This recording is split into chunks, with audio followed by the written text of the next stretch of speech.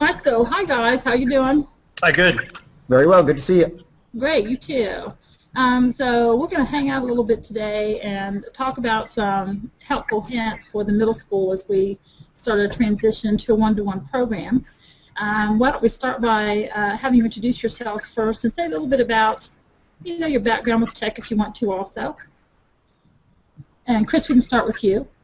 Christopher Clark. I'm a social studies teacher here at Licking Valley High School. I've been here 5 years, and I'm going to be teaching American History, AP, U.S. History, and an elective called Modern War this year. Nice. And Brian? Yeah, I'm Brian Ledford. I'm a math teacher here at the high school, and this will be the first year I'm not teaching Algebra 1, which was I've had freshmen up until this year. This year I'm just teaching Algebra 2 and money math. As far as the tech experience, I wouldn't say I have a lot of tech experience, but we have smart boards in the math classrooms, which is a little something different than some of the other teachers do. I know Chris doesn't, so I do have a little bit of experience with that. But other than that, we just kind of basic knowledge of what we've done so far. Okay, great.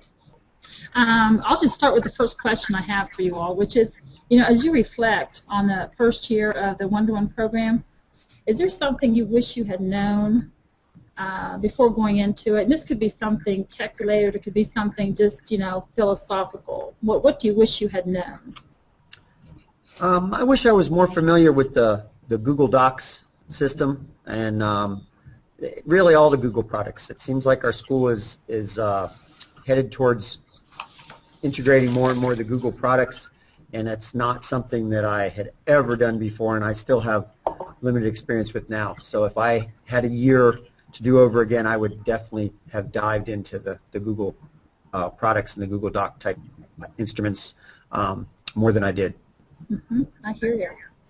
Yeah, and I would just echo kind of definitely what Chris said. Having a good understanding of how to create a Google website and all those things helped. We kind of went into that and just did the best we could. And now that I know it, it's a little bit better. I'm going to go the other way and say something I wish I would have known before is the limited skills that 14 to 18-year-olds have as far as using computers for things other than social media. It was eye-opening to me, their lack of ability to do simple things like saving a document to a folder and then being able to find that document. They're really good at social media, but as far as word processing stuff and things like that, I was very shocked at their limited knowledge of how to do some of those things, especially when you're trying to connect it to cloud-based storage systems and things like that. Right. I've heard that from a lot of people. Yeah. I've heard that from a lot of people. Do you think that, once the students became exposed to it more, that they learned it pretty quickly?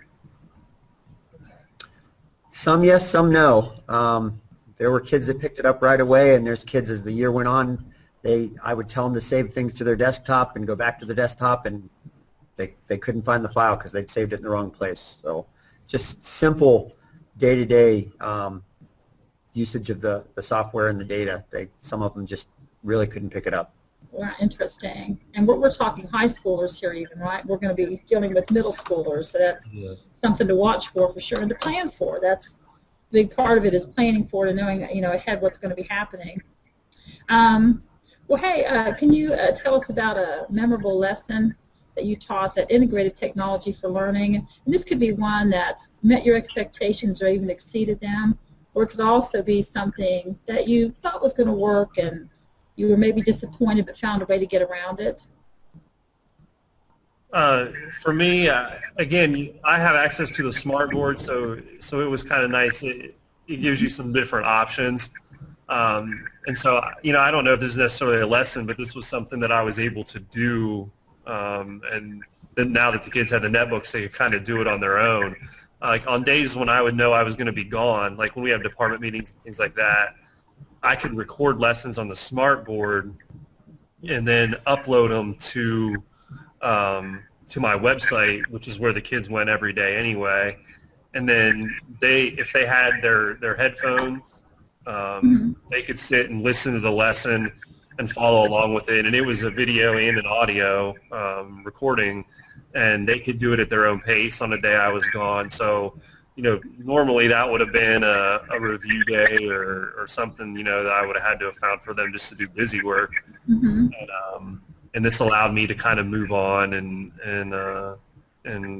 when I came back, then it gave us I didn't have to spend as much time as I normally would have getting them caught up because they already had the material there, and that helps. That helps too. I know Mr. Klaus, our calc teacher, he records all his lessons, and then that way, if those calc kids miss a day, that's a big deal.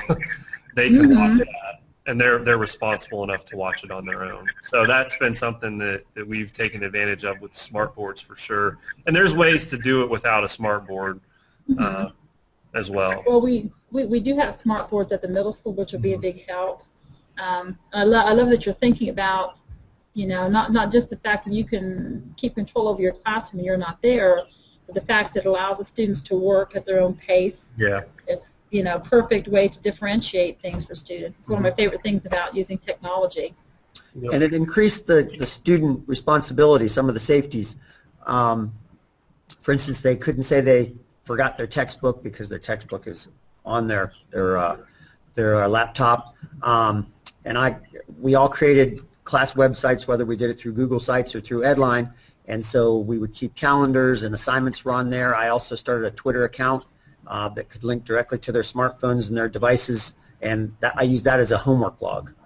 And every night I would put it on Edline, and I would put it on Twitter, updates of any assignments they have, and then the parents could link into that too. Some of the parents have trouble getting into Edline, but if the parent has a smartphone and can do Twitter, they can get an update directly from me that, hey, your child has homework tonight. They're supposed to read Chapter 5, Section 2 and take their notes on it. So that was a nice way to have redundant safeties, and the kids couldn't say they forgot this or they forgot that because they had access to it all the time. That's great. Now, did the students respond pretty positively to you using Twitter? Did they like that? Some did, and some Some didn't, but most did, and it caught on as the year went on. More and more kids subscribed and became followers. Yeah, most of them use it, so whether they like it or not, it's there, and they're going to get it. So. Right. And I'll bet part of that is the fact they can't use as an excuse, I didn't know where to find the homework. Yeah. Yeah, they all know where Twitter is. Yeah.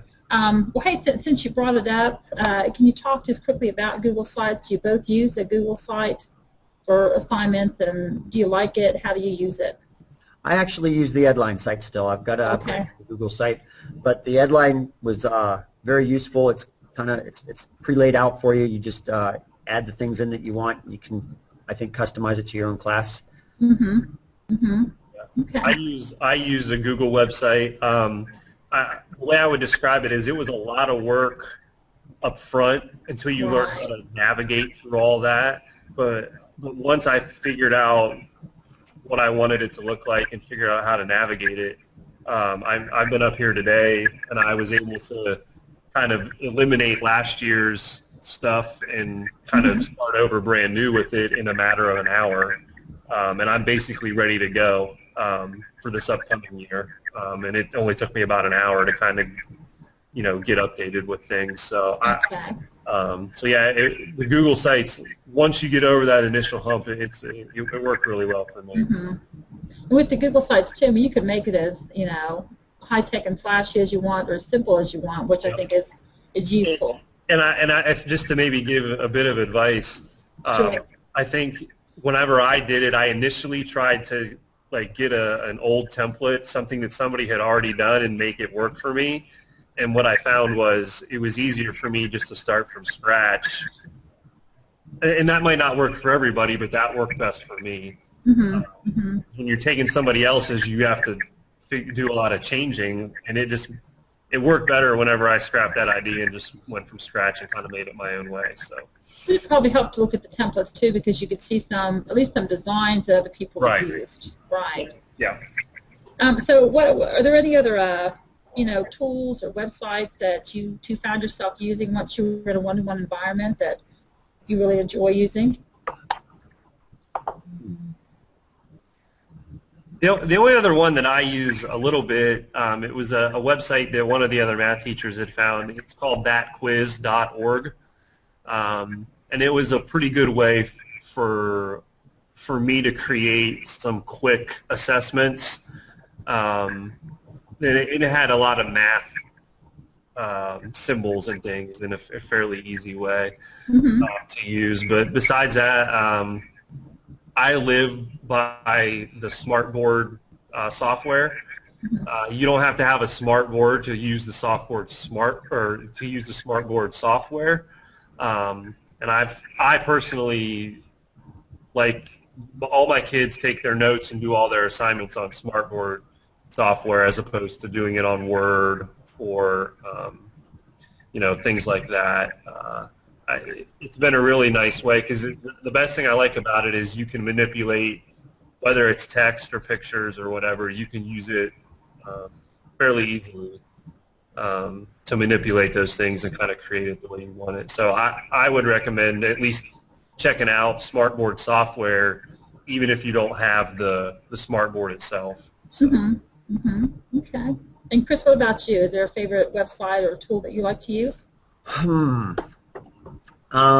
Well, I'm big into Cornell Notes, being a history teacher. I like them to take notes out of the book, and then the lecture notes that I had accompanied the readings they're supposed to do. We had to go find an older version of the software to find this, and Mr. Klaus found it. But I was able to create PDF guided notes that the students could follow along with my lectures and fill in the blanks and save those, rather than have them follow on paper notes or try and write things down as I went. My notes were preloaded on my class website. They just had to open them up and type in the blanks as they followed the lecture. And I was able to put a lot of interactive maps and a lot of pictures into the notes that way. And there were actually hot links. They could click on pictures if they were interested. It would take them to a website where I brought it originally. So that gave them access to a lot of secondary sources that supported the content we're going over in class. It did. It sounds like there are a lot of uses for that. I think that's great. I always think in terms of, like I say, differentiation is an important thing to me in terms of what technology can do to help us. And it sounds like when the students have the guided notes, they're ready to go. They can fill in the blanks, or if they're absent from class, they have an idea about what went on. The hot links are built in. I think that's fantastic. It's a great use for that. And then, I would just say, too, this is going to kind of go back to something Chris was talking about earlier, but the more familiar your teachers can become with Twitter, it's a great way to communicate with kids because they all use it. And it's not something you're familiar with.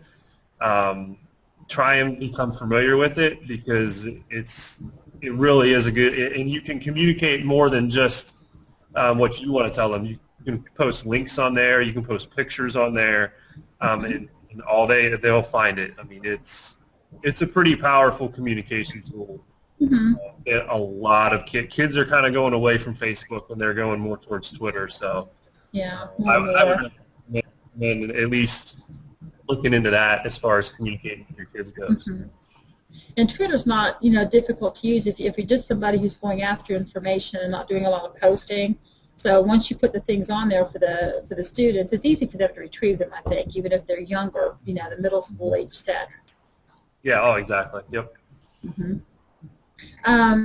So what's some advice you have in terms of management of students? How do you keep them on task when they've got this lovely device in front of them? What are some things that have been done school-wide even to help with that? I guess for me, we have some software called Mythware software, and it comes on all the kids' computers, and I didn't use it. I felt like we had a lot of issues with it, just to be honest about it.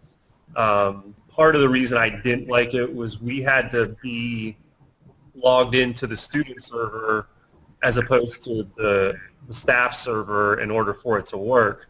Okay. It just wasn't real convenient for me to keep jumping back and forth between servers. I do a lot of walking around, I guess, when I teach anyway, so that's kind of how I monitor. I guess my thinking on it, we all have our own thoughts. Kids are going to pay attention whether they have some, the kids that want to pay attention are going to pay attention. The kids that don't, they're not going to. Before they just stared into space, now they stare at a screen. I never really saw it as being an additional distraction. I'm sure there are a select group of kids that maybe it was for, but those kids would have found something to distract themselves anyway, in my opinion. I found that the best way to monitor is just do it like we all try to, and that is walk around and monitor the old-fashioned way. Sure. I will say this, though, and Chris, you can talk about this maybe too, expand on it. I do know a lot of teachers that did use Mythware, and they loved it, and they thought it worked really well, and it really worked for them. So.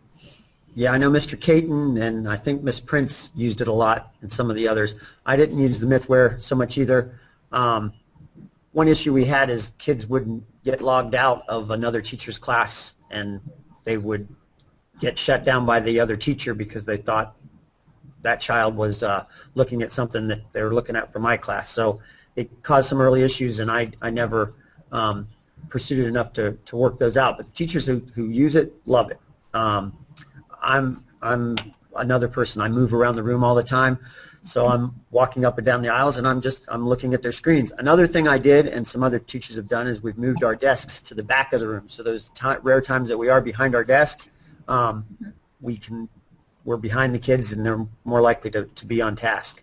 And I encourage the kids to sit close to the front of the room, which is good teaching practice anyways, and that makes it easier for me to walk around and monitor what's on their screen. Did you use any kind of I'll say a keyword or phrase that let them know, shut the computers now, I'm going to speak for a bit? Is there a good management, method you have for that? Simply screens down. That would just be a general announcement. If they were supposed to be off the computers and doing something else, I'd say screens down, please, and the kids would follow that pretty well. They understood that. Okay. Okay. And something that we kind of talked about before we came on air here was they'll find ways to use the computers to be with friends or leave class. And so, just one thing that we were talking about was they realized that if they came in and said that their computer was not charged, that would allow them to go sit near an outlet. And so those are things that you kind of have to think of. You have to come up with ways. They would intentionally, there are certain kids, I'm sure, that intentionally came to school with their computers not charged just for that purpose. And again, it's a few students, in each class, but those are the students that you generally don't want moving around a whole lot anyway. So, we came up with ways. I started running power strips up the aisles, so that made them stay in their seats. And just little stuff like that. The other thing we talked about was them using the computer as a reason to get out of class, saying their computer broke. Right. So they just, you would need to come up with a good system. I know our tech department has thought of some ways to maybe kind of limit that this year and come up with a better system for them going down to get their computer checked. So you said they mentioned something about maybe even having a shared Google document that would just run all day, and then a teacher could check and see if that same student asked to leave the period before, so that teachers in each class period would know what the others had done and that kind of thing. Yeah, exactly. It's just like a restroom excuse. The same kids use the restroom all day long. The same kids' computers break all day long, and so it's just a matter of finding out who those kids are and communicating. Now there are some students who I know would use an excuse like the teacher didn't teach me how to use this website or do this, that, or the other thing. How much do you as a teacher, how much time do you find that you spend teaching them how to use digital applications? Are they quick learners? Do you have to tell them a lot, or do they pick up by watching?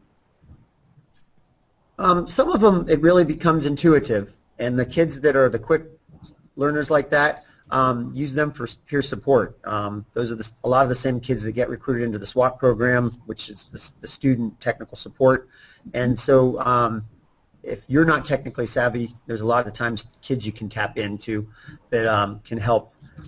As far as teaching the kids how to use the software, that's like anything. I mentioned I use Cornell Notes. It takes me a day or two to teach the kids how to do Cornell Notes on paper with a writing tool. So any new software that you're going to teach that procedure the same way you would before you had computer technology. It's just a matter of teaching them the right procedures.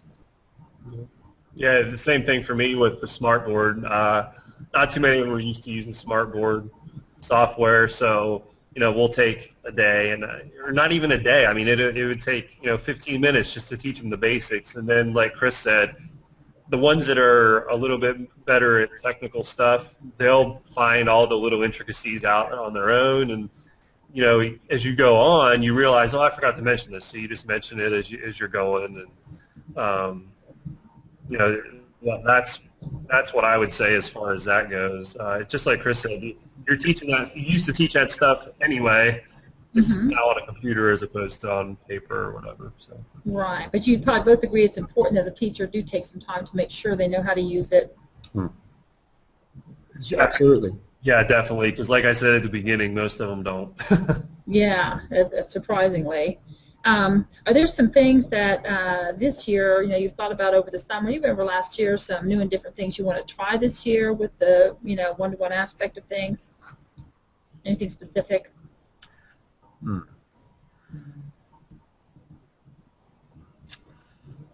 I guess for me, last year was just trying to keep our head above water, and so I did a lot of things last year that I would have done the year before. Just I did them on the computer as opposed to on paper. So I think this year, yeah, I mean, there's things that maybe I don't know that I want to do yet, but I definitely want to. Now that I kind of have my feet under me, I feel like I'm going to be able to explore some of those things a little bit easier. And so that would kind of be my answer to that. I off the top of my head, I wouldn't say that there's anything. Oh yeah, I definitely want to definitely do this. But I know there are options out there, and I think that's kind of where I would want to head with that.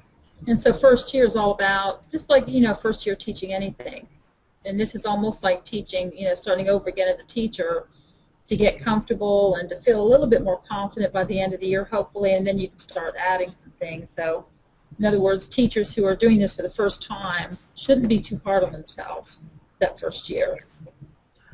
Yeah, like anything in life, you have to walk before you run, and you have to crawl before you walk. It takes a while to build up to it. And I don't know if you can always look forward and say, I'm definitely going to use this software this year, as much as you're looking and searching and always looking for new things to tweak. And you do that with your teaching methodology anyways. You're always looking for new things. So I don't have a great plan of using a particular software. I'm looking for more creative ways to teach, and when I can integrate technology to do that, I'm definitely going to do it. Yeah. Okay. And I think the other thing that I learned was they now have access to information. And so as a teacher, I need to kind of change what I do from that aspect of I don't need to present them with as much information. I need to make them aware of the places that they can get the information, but then we're going to spend more time in class expanding on the information or, working. I see this year being a lot more work-oriented in class as opposed to me presenting information in class because they're going to have access to it. And, like I said, I don't know if there's a lot of tools out there, but like Chris said, that's more about teaching. That's not about the technology. You'll find the way to use technology in that way. But that would be the biggest thing that I took away from last year was just how class structure might be run a little bit differently. So. It can't help but be, right? Oh, absolutely. Yep. Now, do you find that, you said the students, you're teaching them that they can be responsible for some of the learning on their own in terms of finding information. Do you find that the students who are able to do that now because they have a computer to call their own to do that with, do you find that they're a little bit more, confident in terms of what they think they're capable of doing as a student, as a learner? The motivated kids, yes, and the less motivated kids, they tend to come up with the same types of excuses. So it varies from child to child and student to student. Kids are kids regardless of whether they have technology, and there's those that are motivated and engaged, and those that we're reaching out to try and help them get more motivated and more engaged. Right, right. Hey, what advice do you have for all of us over here at the middle school? What should we focus on as we, prepare for our rollout next year? What's your advice? Help us out. Don't hesitate. Don't be afraid of the technology. You're going to make mistakes. You're going to struggle. But reach out and try new things, because you'll never know if you don't try it. Yep. And be aware that your kids might not know as much as you think they do. There's going to be days where the technology goes crazy and it doesn't work. Don't feel like you're a bad teacher because of that. Just run with it. The kids are amazingly understanding of days where that happens, and you'd be surprised at how willing they are to adapt with you. And don't be afraid to let the kids help you know something, because there are going to be kids in there that know how to get through it, and so don't be afraid to let that happen. And Chris hit the nail on the head earlier when he said, just because you have technology doesn't mean that you need to change the way you teach. Good teaching is still good teaching, whether they have a computer or not. So don't try and reinvent the wheel too much. Just be the good teacher that you are, and use the technology to enhance it. Well, you guys are great, not just because you're sharing with us, but I love how you see where technology helps you, but like you say, it's just all about the teaching. Technology doesn't have to change everything. It can help, but it doesn't have to change everything when you're a teacher, or have you become a different teacher than you were before in ways that you don't want to. It's still great teaching. Yeah, it's one more tool in your toolbox of teaching techniques, and it's a fantastic one that's going to keep growing, but it's only adding to what you're already doing. Absolutely. Because it is just a tool. You still have learning goals that you want to reach, and the tool might help you to get there. Hey, is there anything else that you'd like to add before we stop hanging out for a bit? Anything that you think might benefit us to know? I mean, I would just say, go into it with an open mind. Not everything's going to work. Some things will, some things won't. Don't be afraid to talk to your colleagues and see what they're doing. And like I said, I guess my only other advice would be, don't try and go too far into the deep end out of the gate. Try and get really good at a couple things that you feel confident with, and get your feet under you, and then once you start feeling comfortable, then maybe add one more. But don't try and change everything right away. Get comfortable with a couple things. Stick with it, even if it doesn't seem like it's working. Stick with it until you can get through it. And then if you want to change it at the end of the year, that's fine. But don't try too much too early. Get comfortable with what you want to know early on. So. Yeah, I'll second what Brian said. That was perfect. That is some excellent advice. Well, guys, thanks for hanging out. I appreciate it a lot. We might come back and visit you later in the year and see how things are going. Maybe even have you come over and visit us at the middle school. Okay, be glad to help. Thanks a lot, guys. Thank you. Good luck. Thanks. Good luck. Talk to you later. Thanks for hanging out.